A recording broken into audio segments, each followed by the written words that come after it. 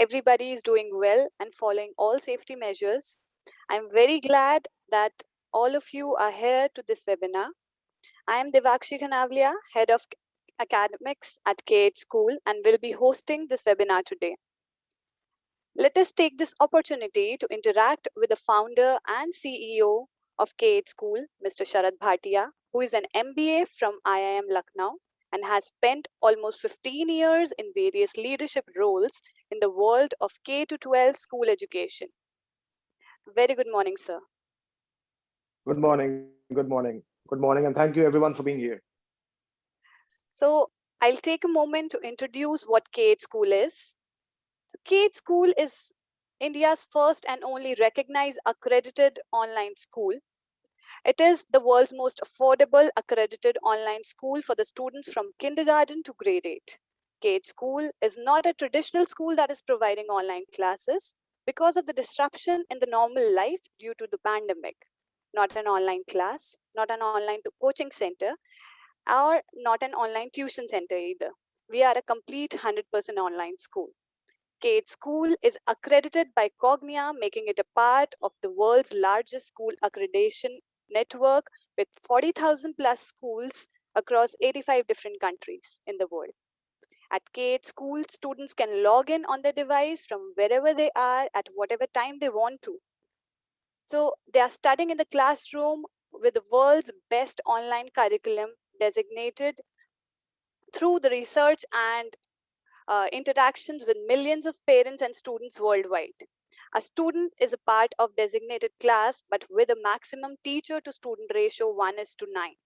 At K8 School, the student doesn't follow the curriculum, but indeed, the curriculum follows the students.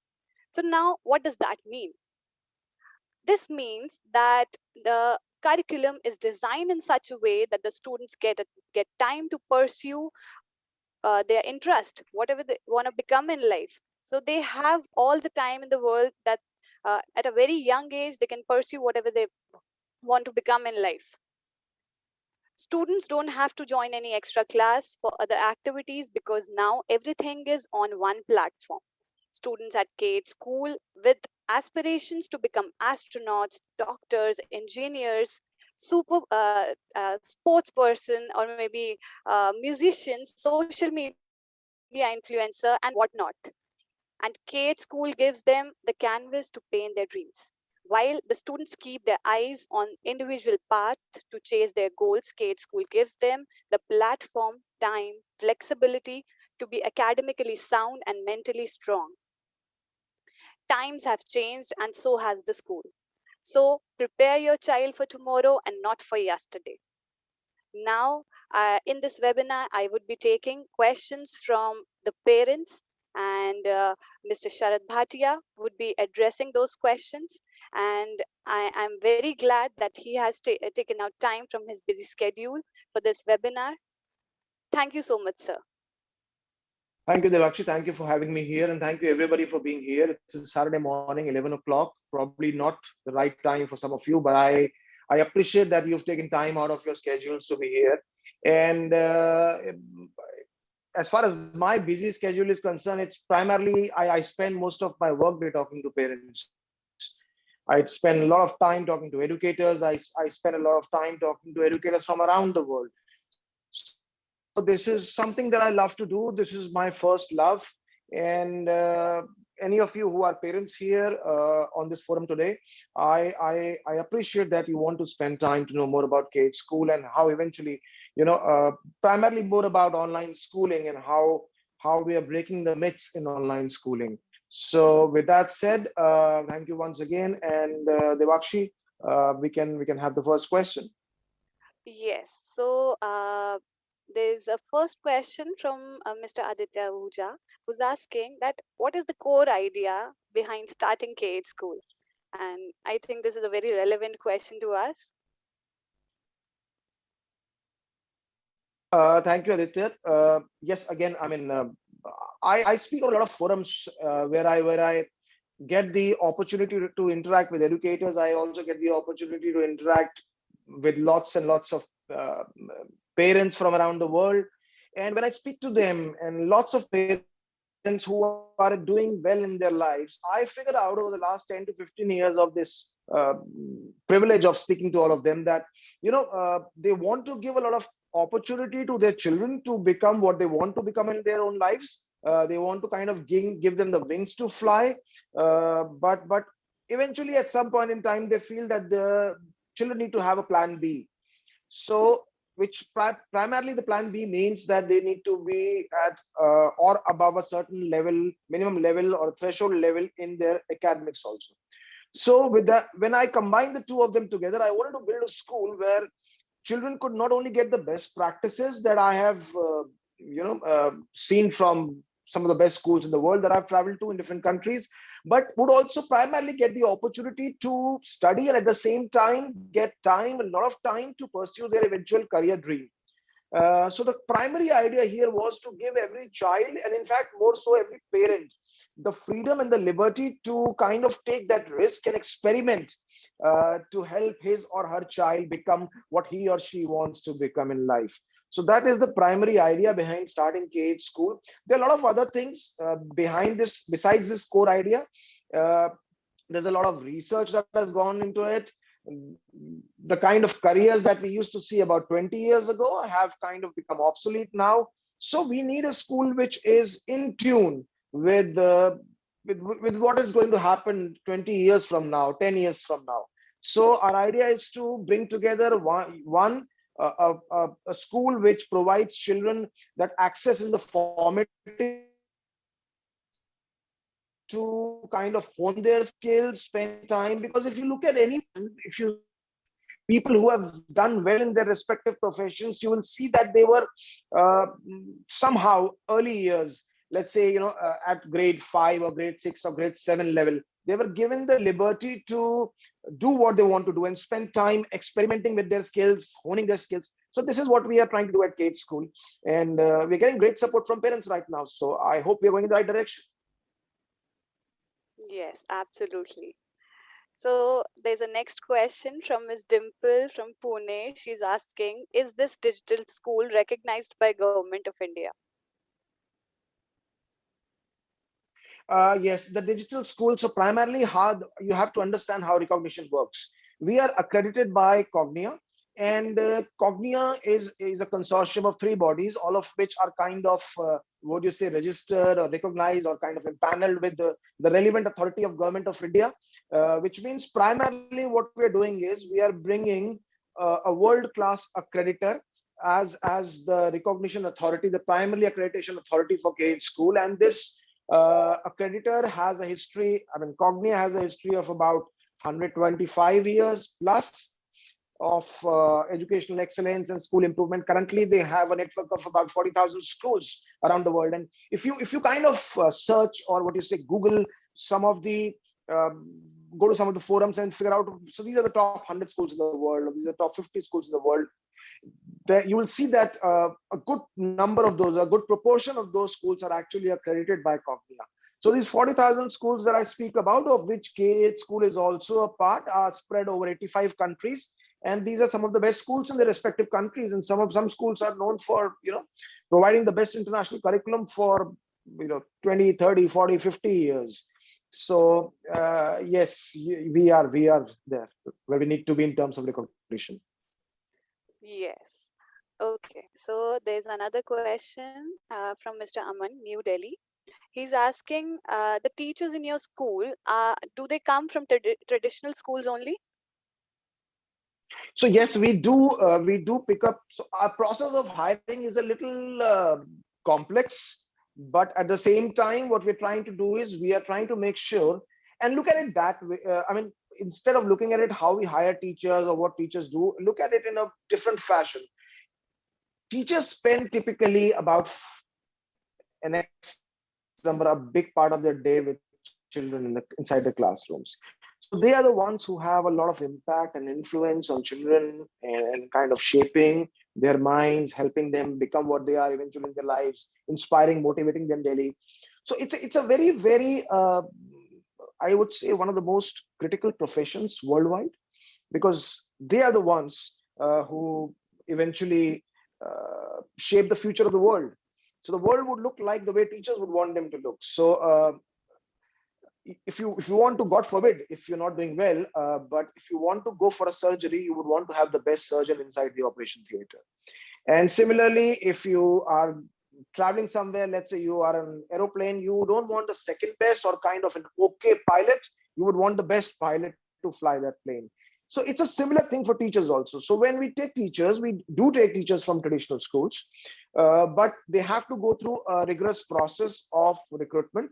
And once they are through that process, we spend a lot of time and resources on training them to become better at doing what they are, and kind of shifting from a traditional schooling ecosystem to an online schooling ecosystem. So while yes, we do take a lot of teachers from traditional schools, we also make sure that they do a lot of unlearning and they become ready to become effective teachers at an online school.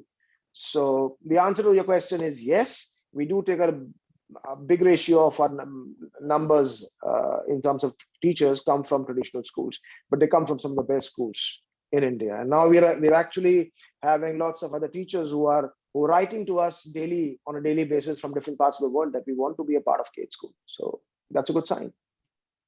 Yes, absolutely it is. So there's another question from Miss Madhu from New York. She's asking, is your school certificate valid if we want to join traditional schools later? Oh yes, anywhere in the world. In fact, that's what accreditation brings to us. And it's like uh, it's like having an American school which is tuned to the Indian values, requirements, and preferences of Indian learners and parents. So yes, you can graduate from a particular class and then go to traditional schools in the next class. And that is one of the primary things that we actually fixed before we, kind of started enrolling students, because eventually students, they must have, and parents must have the liberty to choose the school for the students at any grade level whatsoever. So while we want to serve all learners and parents, all students and parents in the best way that we can, we have to give them this freedom, this opportunity to join a traditional school after they complete a particular level, or any level for that matter, any grade level at Kate School. So the answer to that is yes, Madhu. Uh, we are. Don't worry about that. Yes.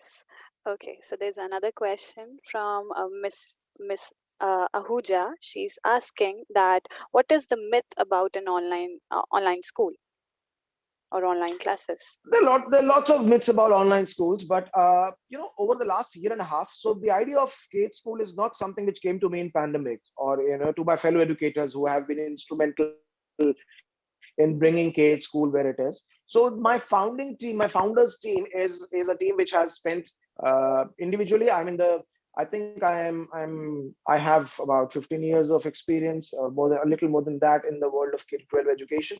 But I think in my founders team, I am the least experienced, so to say. So there are people who joined from different countries, and they have spent 40 years, 45 years in the world of school education. They have been to some of the best schools in the world. They have had the opportunity to be on accreditation teams. They have had the opportunity to look at different things that a lot of schools do to kind of serve their local student population. But primarily, what we wanted to bring to people was a school which was kind of ready for the future. And when we were doing that, we spoke to thousands and thousands of parents, not just in India, but in different countries also. We conducted a lot of focus group discussions where I personally also had the opportunity of interacting with hundreds of parents on the same forum, and same opportunities were available to other fellow founder educators. So what we figured out was that a lot of people started thinking that, whether an online school, 100% online school, is going to serve the same kind of purpose that a traditional school intends to.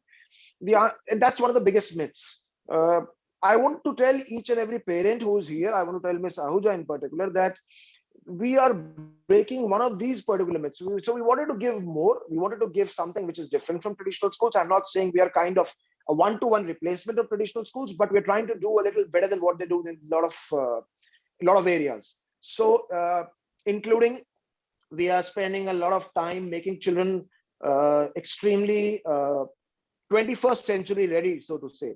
So how many of us, I personally come from a background where when I was in school, everybody told me I need to have a great handwriting, which I think I do to some extent, because a lot of teachers kind of motivated me and inspired me. If you don't write clearly and so on, but now I hardly write. I hardly use a pen, and I think with the advent of modern technology and the way it is progressing right now, with the way the knowledge curve is going, with the kind of steep rise that we've seen in the knowledge curve over the last few years, we see a new inflection point in the growth of technology almost every few months. So, with that said, we want to prepare children to handle the keyboards. We want to prepare children to handle other devices.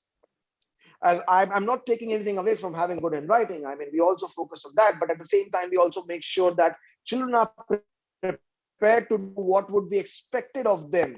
Uh, Say 5 years from now, 10 years from now. So, and we also have to understand that they are more digital natives. So when I was, let's say in grade 8, we used to still have those push button phones.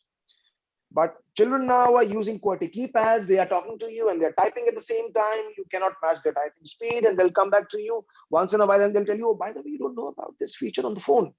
So they are digital natives. They're born in a different space altogether. So we have to understand that it's not just about breaking the myths, it's also about understanding the needs of these children and how these children would need to behave. So what would be the appropriate digital behavior, or what would be the appropriate the minimum threshold level of skills that they need to have a few years from now. We already have a lot of scope for coding. I mean, you see around the world, not just in India, people are using the time outside of classrooms to train children on coding and many other such things. So we are doing all of that. And if you call it breaking the myths, I think that we are doing a good job. Yes, indeed. So there's another question from Mohammed Shahab.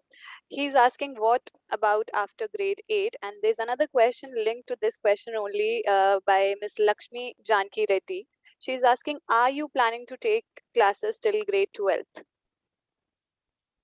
Uh, I would not want to.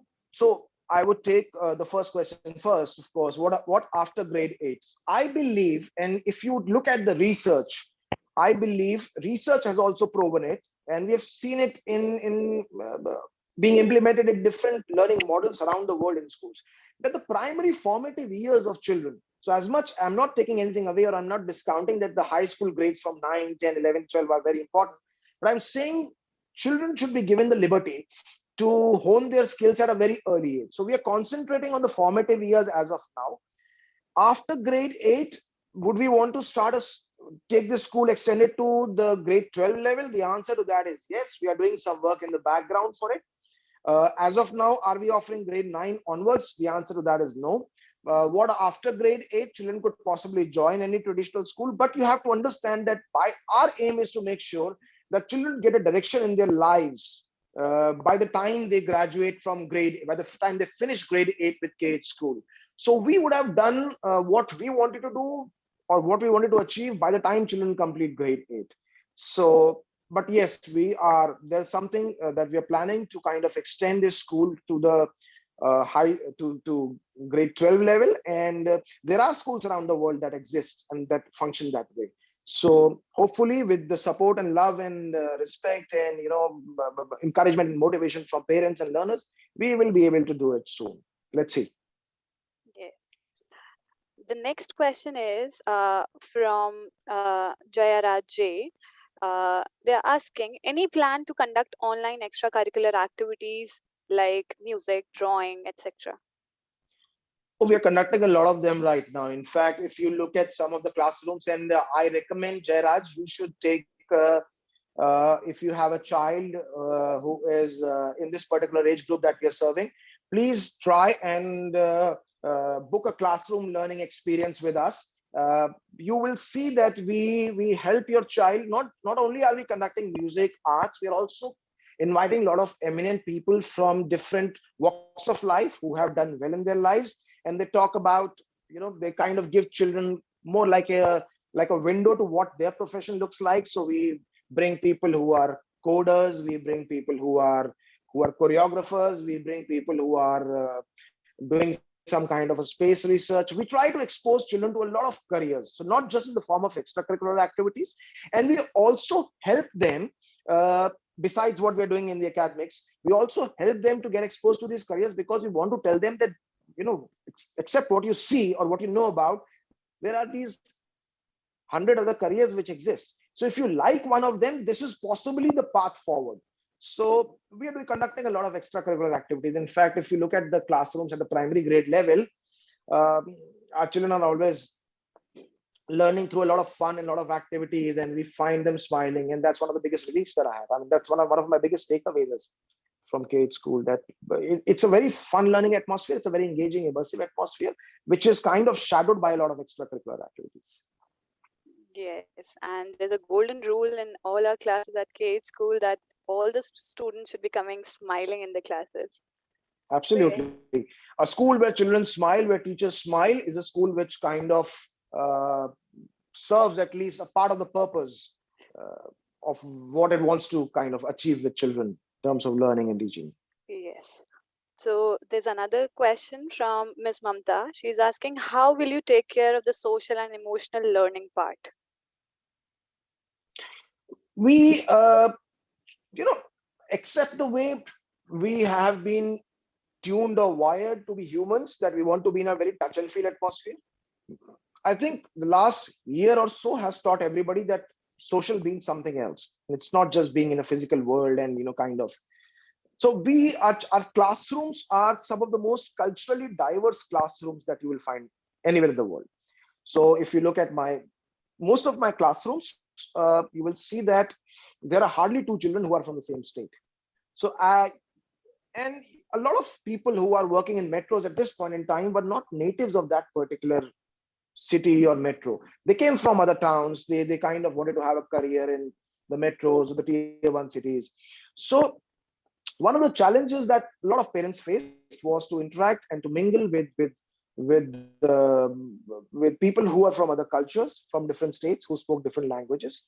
We are exposing our children very early to this, and we want to make sure. And very recently, I was part of a classroom, and I had the privilege to sit for 10 minutes inside a class, and I was surprised to see that children were actually greeting each other in 4 or 5 different languages. So they were saying hello, and they were saying Vanakam, and they were saying Sat Sri Akal. I don't know what different kinds of greetings they were coming up with. And this is because they were in that kind of social atmosphere. At the same time that we do this, we also engage children in a lot of activities and debates, which is encouraging a lot of peer-to-peer learning. Our classrooms promote a lot of healthy competition. So at the same time that everybody wants to do well in the classroom, they want to make sure they kind of hold hands. So, and at the back of all this, we train our teachers to promote a lot of values such as empathy, such as compassion, such as honesty among children. So we want them to be smart in what they do individually, but we at the same time, we are making sure that we expose them to various social activities, various group activities, where they are able to hold their own, we're able to talk freely, where they're able to express themselves, we're able to hold their point, they're able to express logic, they're able to express rationale, and they're able to kind of work in teams and groups. This is primarily something that we're doing to help every child in one way or the other become a leader. So this is what we're doing on the social development front. We're spending a lot of time, we're laying a lot of emphasis on this. Yeah. So there's another question by Mr. Rajat. He's asking how partnership with Discovery Education can help. So Discovery Education, this is a very interesting thing, which so we say we are powered by Discovery Education. Discovery, a lot of parents, I think, Rajat, I'm not sure if you would have definitely seen Discovery Channel, but lots of parents, because we're not from the same field, so lots of parents don't know that Discovery Education also has an education vertical, where they provide world-class digital content, something that like what you see on the television, on an HD television. So they have access to such content, and Discovery Education is the education vertical, and it's probably the largest service provider of such digital content in the world. And they're serving millions of students, they're helping millions of teachers worldwide. And we have kind of partnered with them, we're powered by them, which is for the in a way to support the academics inside the classroom, but also in a way to support supplemental education post-classroom.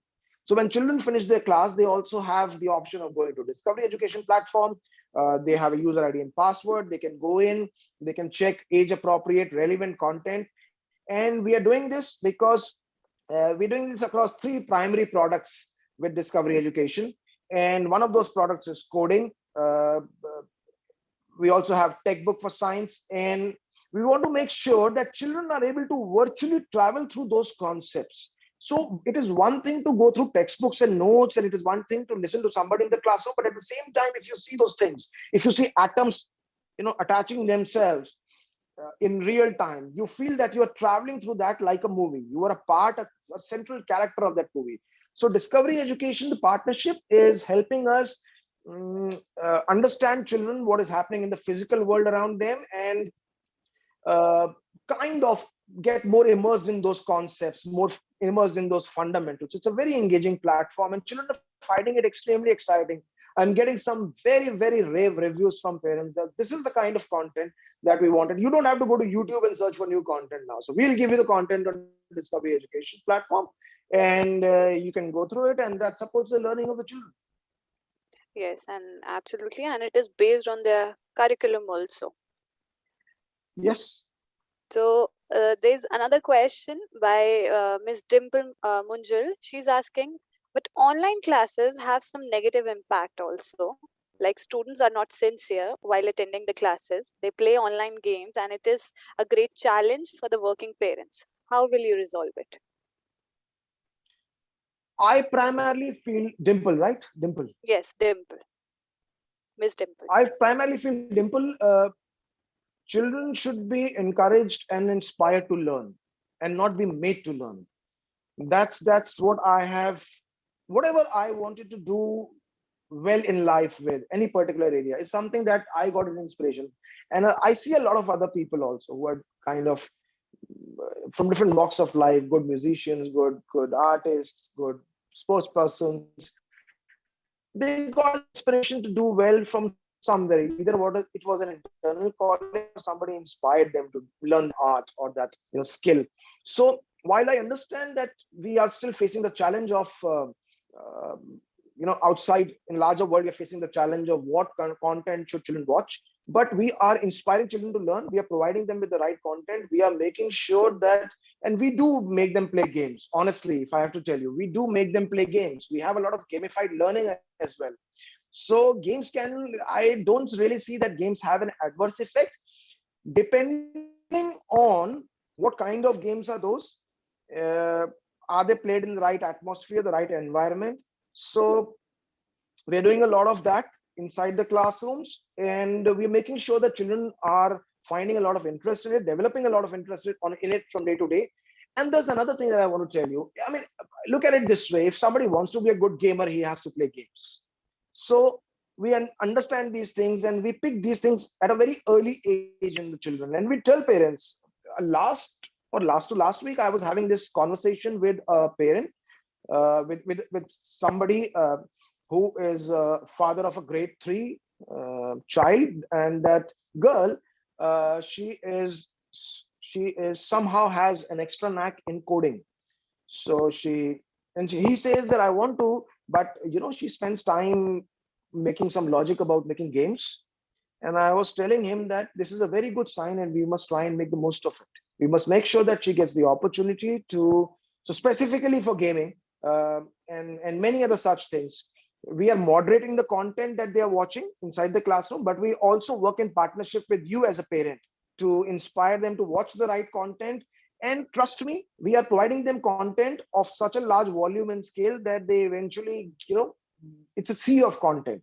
So they get immersed in it, and who knows, your child would be the best game developer in the world a few years from now. So let's give that opportunity if he or she deserves that.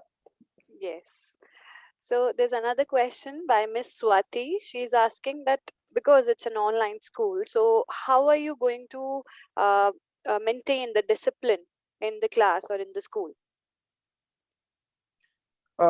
If you mean, Swati, very valid point. So discipline is not about just being sitting in the classroom and watching and having your finger on your lips. We have seen those in lots of traditional. I remember lots of such traditional class. I mean, my class when I was in school. So discipline is not about that. Discipline is also about a lot of self-discipline. You are what you do when you are alone. So if you see some of the reviews that I have from parents, they come back and tell me, oh, we spent 3 months in KH school. My child has spent 3 months in KH school. And earlier she was very talented, but earlier she used to spend a lot of time doing nothing. And right now, with KH school, you have kind of given her a direction. So discipline is something which we are not just developing inside the classroom. It is a slow process, but we make sure that over a period of time, children develop a lot of self-discipline.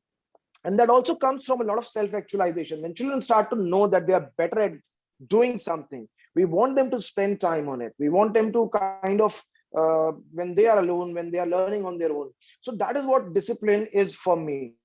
Discipline is not just about, but if you talk about the netiquettes, if you talk about, are we spending time, this is a very interesting point that I want to tell Swati right now. We're spending a lot of time on building moral values in students.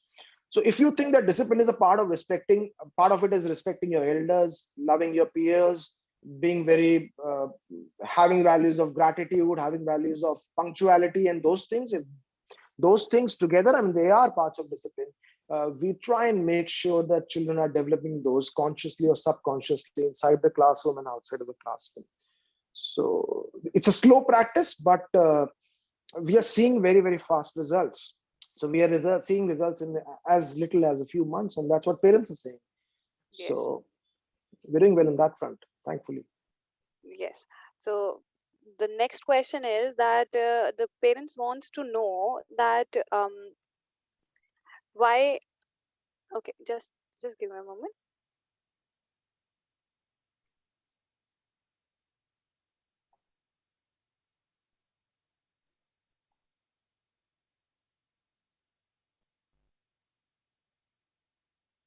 Yes. So the next question is that how are you going to, because it's an online school, so how are you going to take care of the screen time of the child? Screen time of the child, we have spent a lot of time on this particular aspect. We want children to spend what we call it optimal time on the screen, neither more, neither less. Uh, Neither more nor less. So that typically means our classes have a lot of intermittent breaks. Our children get a lot of breathers. And look at it this way: if children are watching an interesting movie, are they ready to watch a movie every day? Are they ready to sit in front of the screen and watch two movies back to back?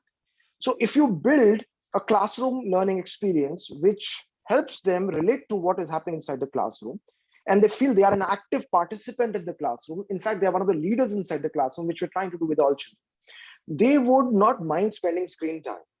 And but besides that, we try and tell all our parents to uh, counsel their children on whether you should spend this number of hours or this number of hours. And again, outside of the classroom also, our homework is something that children are enjoying. So they take breathers, they do a lot of activities, dancing, and that kind of takes away the primary concentration, so to say, from just looking at a particular screen.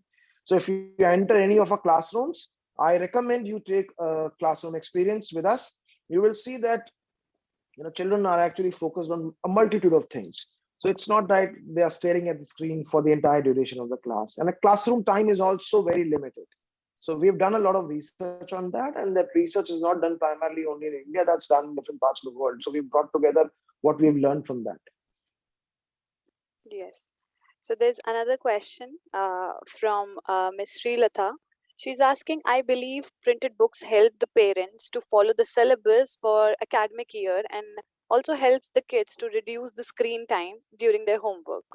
Any plans for KH school to provide the books, or is there any rationale for not doing so? It's not that we are against books, it's not that. But if you look at our learning management system, which is what we call our classroom, I mean, it is completely it itself is a complete ecosystem. It's like being inside a classroom. So you have your learning material, whether it is your books, whether it is your activities, whether it is your assignments, everything is loaded there. And as much as I appreciate the fact that textbooks do help, in rare cases we do recommend certain textbooks, but I mean, there's always the opportunity of replicating that in a print format. But our system is such that we are preparing children to spend minimum time on the screen and yet have the maximum learning. So it's a complete ecosystem. Children are loving it at this point in time. Not many parents come back to me and ask me about textbooks. But again, if they do and if we feel that there's a need, we kind of suggest them a few textbooks. So we are not entirely against it. This is something which may be one of our future plans. We would want to replicate our LMS, the content on our LMS in the form of books, but that is something which is a little bit of, it's a little farther away in time. We are not planning to do that in any near future. But trust me on this, Srilata, children learn. I mean, as much as, I mean, we've all grown up on textbooks, and I encourage all children to read a lot. So we recommend them a lot of other books outside of the textbooks also. So for that learning, but we don't really need textbooks, although we are not against it. At this point in time, we feel, and I will give you a metric for this. I'll give you a data metric, a data point for this. Uh, about 95% of my parents, when we conducted a recent survey, about 95% of my parents clearly feel that the learning that the children had when they joined K8 school and now, there's a clear improvement in that. So if we are able to do this with what we are doing right now, which means, you don't disturb a winning combination. So right now we have a winning combination which is clicking, and we want to keep that winning combination at least for now. But we do tell them to read a lot of storybooks also, and they come back and they tell us stories. So I attended one of the PTMs myself. I don't know, I think there were 15 or 20 parents in that, and I attended one PTM. So I was the one who was attending that PTM. I was shadowing the teacher in the classroom, and parents were telling me that uh, you, my children have started to spend a lot of time reading, which again was something which was missing. So the eventual idea is to make them learn, to make them read. So we do a lot of things which help them do that. Yes. So there's another question from Mr. Rajat. He's asking, he's saying, our education system in India hasn't undergone reforms for a very long time, and it seems doesn't fit in current context with regards to the skill sets required by industry. One part is designing a curriculum which has more of practical relevance. Other is integrating specialized courses which help the student set the tone for his career journey. He wished to pursue how K8 school is geared up for that. Rajat, it's a very, very nice question. I come from the so-called industry myself, and a lot of people in my team have spent time in the industry at some point in time. We know that it is one thing to be academic, but it is another thing. So when you go on job and when it's your first day of job, you feel, I mean, whatever you did for a long period of time was actually irrelevant because lots of organizations train you. But we have to understand that the education, and I'm not commenting on whether education system has gone into including reforms or introducing reforms or not. But again, that's a topic for a different discussion. But I'm doing what I can do in my own humble capacity. I introduce children to a lot of people, and the reason I do it, it's not because I want to tell children that, oh, we have people from 100 different careers and professions. It is because when they talk to children, they help them understand that what is the place of coding in a real life scenario. What does it actually help you to do? It helps you to build logic, to build rationale, to be more analytical. It also helps you to learn a particular language, like a coding language, which in itself may be, in some ways, uh, I know, I mean, I don't want to say it's a fad, but everybody wants to be a coder. But we try to show children the bigger picture. We tell them that, look, this is what it is bringing to you, and this is the minimum threshold level to which your analytical and your logical and your language skills must be developed. So we do a lot of storytelling inside our classrooms.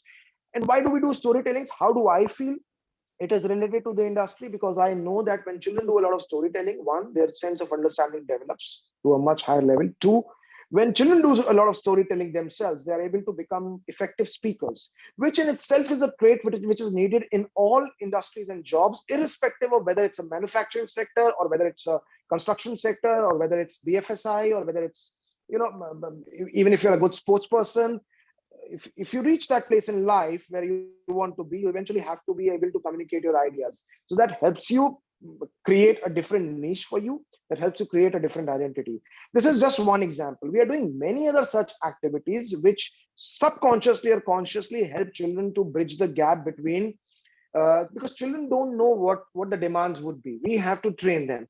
So we are putting a lot of effort behind this to make sure we are developing the language skills, we're developing the analytical skills, we are developing team building skills, we are developing a lot of things which are real needed in real life scenarios.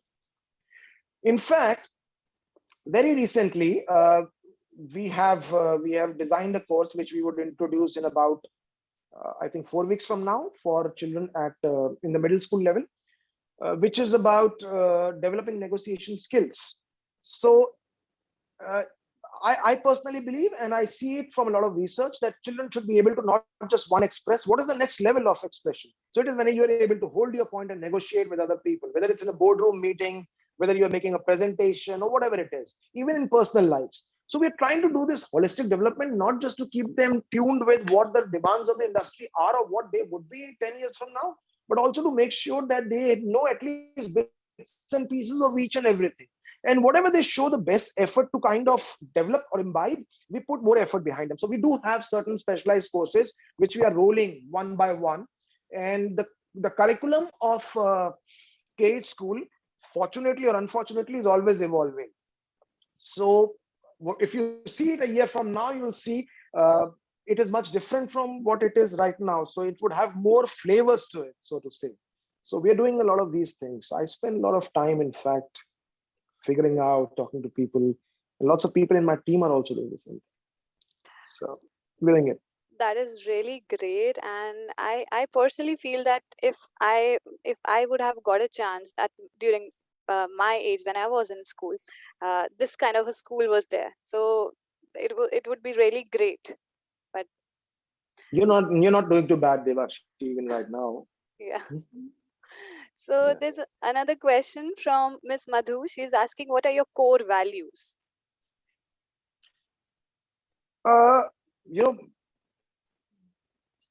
this is something that I can talk about for hours and hours and hours, but I would want to pick something to tell you which I as a parent and you as a parent, uh, we have these 7 different core values, but there's something which we have tried to build it upon. We want to help each and every child realize his or her full potential, and at the same time be a very compassionate human being. And compassion comes from a lot of other values, which are kind of circled around it. So if I have to answer this, we can have another discussion on this, why I'm doing each one of those. So how do we build punctuality, how do we build compassion, how do we build empathy? But if I have to name one of them, the core values, the one that I want to pick, which is the dearest to each and every parent's heart, is they say, my child has, they don't say it directly, but some of them have said it. They say that my child has become more affectionate, more respectful towards each one of us at home. I find him or her to be a more evolved human being within a few months. So compassion is something which is, I pick to tell you, give you an answer that this is something that you must look at as one of our core values, and that itself, is a whole ecosystem of core values. Absolutely. So, Miss Mamta is saying that I appreciate your vision and teaching through discovery is something really gonna be exciting for the students. Thank you. Thank you so much, Miss Mamta. Thank you. And now we are getting so many questions, but unfortunately, we have a limited time. We are glad that we are getting positive comments and feel extremely grateful on behalf of the entire K team. Uh, we are extremely grateful that parents are coming around from the country. They believe in the academic revolution that Kate School has started. So with this, we would have to end this webinar and just need a closing statement from Sir. Thank you everyone for being here. I know it's weekend and it may not be the best of time for you to join, but I appreciate the fact that you've kind of, and I know that each one of you is more concerned, is very, very concerned about giving your child the best that you can. But if I have to make a closing statement, I would want to tell you that uh, there's no doubt that you love your child, but the choices that you make are the ones that would be the eventual choices for the children. I mean, children may not make their own choices. So give them the freedom to make the choice. We are trying to partner with you so that you have more choices. And I'm sure that you and us together would be able to build possibly an experience where growing up would be fun, not just learning, where growing up itself would be a beautiful journey. So let's give each and every child the opportunity to grow up in a loving, in a compassionate, in a beautiful atmosphere, which he or she, when once he grow or she grows up, they look back and they say, wow, I mean, um, I wish I could do the same for my child. When they grow up, they say that. So let's do that. And with that said, I again, let's for paucity of time, as Devakshi suggests, we would bring this to a gracious close. Thank you each one for being here. Take care of yourself, love each other and your family. Times are changing, and let's make the most of every moment that we are living. Yes, absolutely. So, on behalf of the entire team of K8 School, we thank all of our devoted and dedicated parents who invested their time, their valuable time, and they asked their valuable questions. We cherish these questions and strive hard to revolutionize education in India. And at last, just wanted to say, be positive and keep smiling. Thank you. Thank you. Goodbye, everyone. Thank you. Have a lovely day.